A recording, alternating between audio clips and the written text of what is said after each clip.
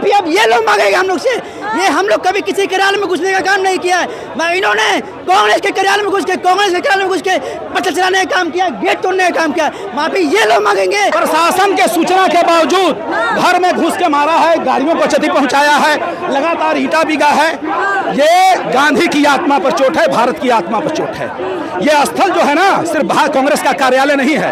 यहाँ गांधी है, राजेंद्र प्रसाद जुड़े रहे हैं, श्री कृष्ण सिंह जुड़े रहे हैं, बाबू जगजीवन राम जुड़े रहे हैं, अनुग्रह नारायण सिंह जुड़े रहे हैं। यह स्वतंत्रता संग्राम की कर्मभूमि रही है। और जो जिस तरह की गुंडागर्दी की है भारतीय जनता पार्टी के लोगों ने, तो मंत्री खुलेआम गुंडागर्दी करवा रहे हैं, ये बताइए शोभा देता है? सरकार का मंत्री संवैधानिक पद पर बैठा हुआ व्यक्ति खुद ईंटा चला रहा है, इसको आप क्या कर सकते हैं? राहुल पाकिस्तान का हो, अब भारत में लोग बुला ले हो,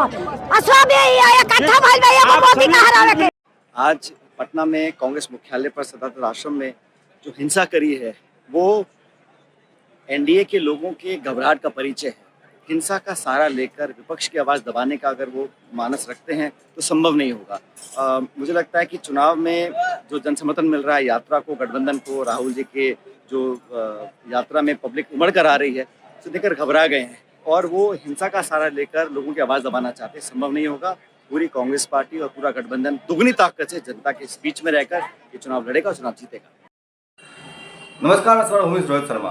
भाजपा किस तरह से काम कर रही है, इसका असली रंग आज दिखा बिहार के पटना में, जहां पर भाजपा के कार्यकर्ताओं ने कांग्रेस के दफ्तर सदाकत आश्रम में घुसकर कांग्रेस कार्यकर्ताओं के साथ मारपीट किया और उनके ऊपर भयानक हमला किया। 7-8 कांग्रेस के जो कार्यकर्ता मौजूद थे, बुजुर्ग थे, उनका सर फोड़ दिया गया और उन पर कत्लाना हमला किया गया। एक सूत्र बताते हैं कि वहां पर जो हमला हुआ था, उस हमला में भाजपा के 2 मंत्री और 2 विधायक शामिल थे। कहना है बीजेपी के नेताओं का कि कांग्रेस के एक मंच पर किसी ने गाली दिया नरेंद्र मोदी को मां लगा करके। सवाल उठता है कि जिस तरह से भाजपा का चरित्र है, करैक्टर है, ये खुद ही मां बहन की बात करते हैं। मैंने एक कांग्रेस नेता से बात किया, उन्होंने बताया कि उस मंच पर जहां पर गाली की बात आ रही है वहां पर कोई भी कांग्रेस के नेता मौजूद नहीं थे और जो कोई वरिष्ठ नेता मौजूद नहीं थे और वहां पर जो आदमी गाली दिया है वो भाजपा का ही आदमी है। ये भाजपा का चरित्र है, घुस जाना भीड़ में और एक ऐसा कार्य करना जिससे कि दूसरे पक्ष को उद्दलित किया जा सके। कभी मुसलमान बन करके ये गाली देते हैं हिंदुओं को, तो कभी ये कुछ और बन करके गाली देते हैं दूसरों को, ताकि भड़काया जा सके चीज़ों को। ये भाजपा का चरित्र है। और कांग्रेस के नेता ने जिस तरह से मुझे आज कॉल पर बताया, फ़ोन कॉल पर, उन्होंने यही बताया कि भाजपा का ही वो आदमी था जो कि जिसको उसने प्लांट करके उस प्रोग्राम में भेजा कार्यक्रम पर और उसने मंच को हथिया करके वहाँ पर इस तरह की बात की। जो भी स्थिति रहा हो, इससे एक चीज़ साफ पता चलता है, कांग्रेस के लोगों को पर जो आज हमला हुआ है, भाजपा कभी भी संविधान पर विश्वास नहीं करती है। आज जो कांग्रेस पर भाजपा के लोगों ने हमला किया है, कार्यकर्ताओं ने हमला किया है, कुछ लोग बोलते हैं गुंडे थे भाजपा के, ये लोग जो हमला किया है, इससे एक चीज़ और साबित हो गया है कि कानून पर से भरोसा नहीं है, संविधान पर भरोसा नहीं इसको है, भारत की या बिहार की पुलिस पर भरोसा इनको नहीं है। क्योंकि अगर ऐसा होता तो निश्चित तौर पर ये कानून का सहारा लेते, कानून की बात करते, ना कि लाठी डंडे लेकर के मारने पीटने के लिए पहुंच जाते। मैंने कांग्रेस नेताओं से बात किया कि क्या इस घटना से आप डरे हैं? उन्होंने जवाब दिया कि ऐसे लोगों से हम डरते नहीं हैं, इसके लिए हम तैयार रहते हैं। खैर, जो भी स्थिति रहा हो, लेकिन स्थिति ये था कि कांग्रेस दफ्तर में बहुत कम ही लोग मौजूद थे और अधिकांश लोग गए हुए थे राहुल गांधी के यात्रा में, उनके कार्यक्रम में। और ये लोग जिस तरह से घुसे सैकड़ों की तादाद में और गेट तोड़ करके कांग्रेस दफ्तर में एंट्री किए और वहाँ पर लाठीचार्ज किए, लाठी चलाए, डंडे चलाए, तो ये सब दिखाता है कांग्रेस तैयार नहीं थी ऐसे हमलों के लिए। वो कांग्रेस जो कहीं के संविधान पर भरोसा करने की बात करती है, करती हुई दिखती भी है, कानून व्यवस्था पर बात करने की बात करती है, करती हुई दिखती भी है। भाजपा सीधा उलट है और कांग्रेस को उम्मीद नहीं था कि ये हमला इस तरह से सुनियोजित प्रायोजित होगा। कांग्रेस की सामने शुरू में बताया था आपको, इस हमला में भाजपा के 2 विधायक और 2 मंत्री साथ थे और उनके नेतृत्व में, उनकी अगुवाई में ये सारा वारदात को अंजाम दिया गया। दोनों तरफ से केस हुए हैं, मुकदमे चलेंगे, क्या होगा नहीं होगा ये बात की बात है, लेकिन इससे एक साफ संकेत मिल गया है, भाजपा इतनी आसानी से गद्दी नहीं छोड़ेगा। वोट चोर का जो नारा है अब वो चूँकि जन जन पहुँच गया है, तो अब यह गुंडागर्दी पुतारू हो गए हैं और ये अब जो है किसी भी हालत में सत्ता के लिए ये संघर्ष करेंगे, खून बहाएंगे, खून के चलने की बात कर रही है। वहाँ पर बम गोली की भी बात उठने लगी थी। जो भी रहा हो, लेकिन इस सब चीज़ का एक नैरेटिव जरूर सेट होता है। देश की जनता समझ जाती है कि भाजपा सचमुच में एक गुंडों की पार्टी है, एक ऐसे लोगों की पार्टी है जिनका खुद का कोई चरित्र नहीं है। इसको इस तरह से बहुत मजबूती से समझा सकता है। जिस सवाल को लेकर के भाजपा के नेता आज कांग्रेस दफ्तर पर हमला करने के लिए आए, माँ की गाली देकर के, सवाल ये उठता है कि राहुल गांधी की माँ भी सोनिया गांधी ही है।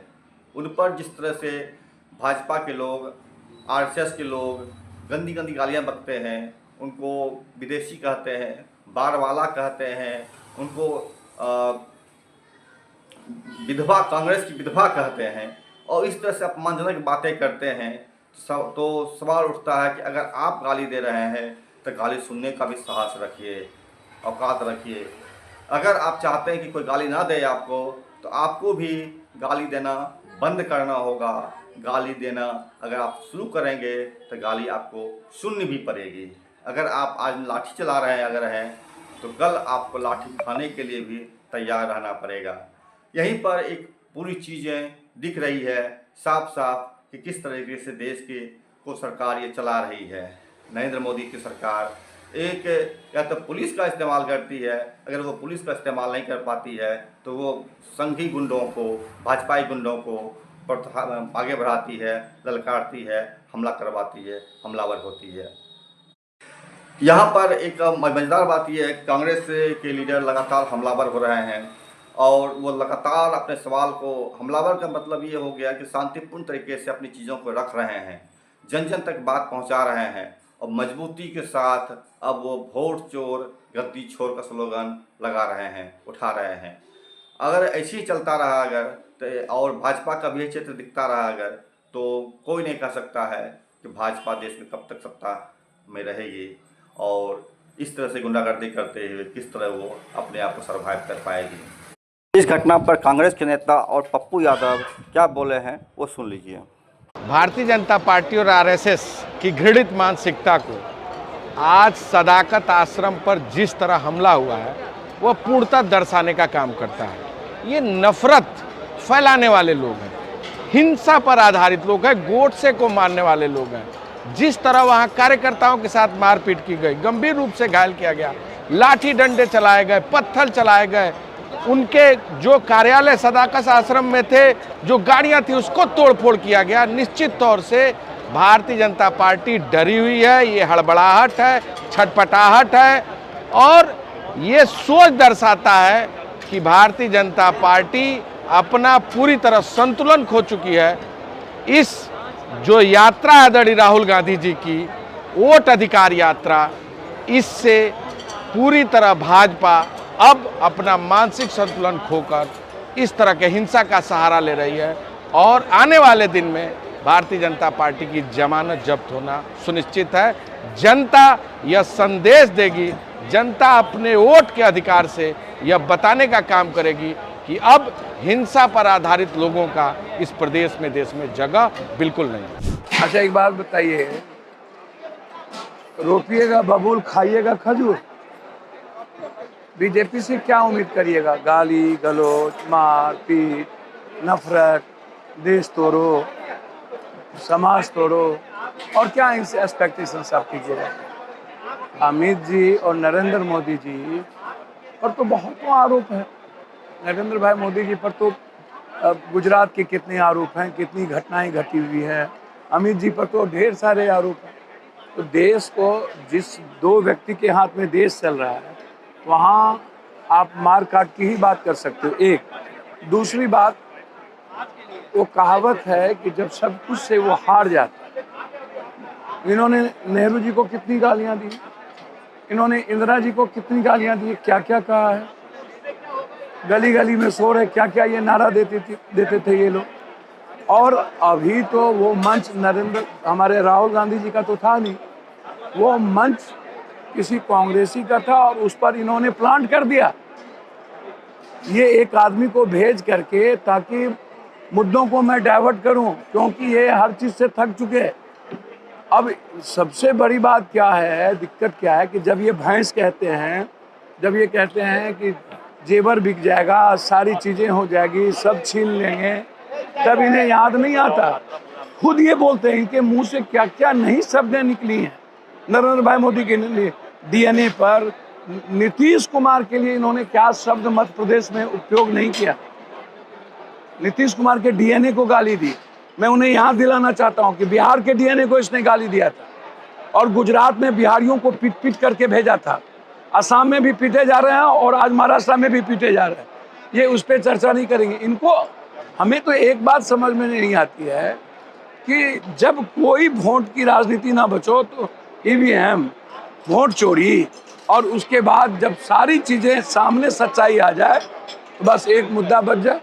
तो ये तो प्लान किया है माँ बहन की, अपने वर्कर को वहाँ भेजा है, और उसके बाद इन शब्दों को ला करके गलत तरीके से, और ये जो हमला है, मैं उनको बता दूं, उनसे बहुत ताकतवर कांग्रेसी हैं, लेकिन कांग्रेसियों के कल्चर में जवाब देना नहीं आता, लेकिन रक्षा करने आता है। एक बात मैं बता दूं, छेड़ो मत, और छेड़ोगे तो छोड़ेंगे भी मत।